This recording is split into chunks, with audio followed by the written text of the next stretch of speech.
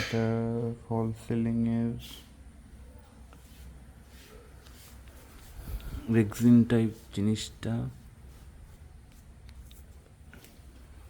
এই সিট গাড়ির অবস্থা এখন এই পুরো সিলিংটাকে খুলে দেওয়া হয়েছে।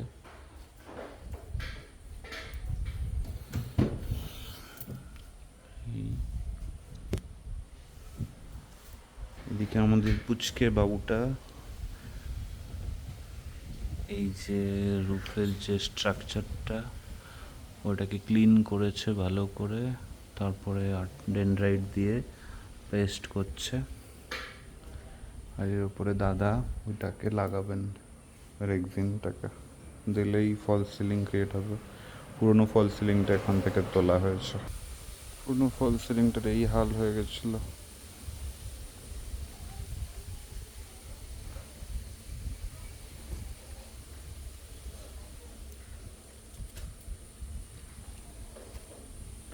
এর থেকে রেক্সিনটা পুরোই চলে গেছিলো।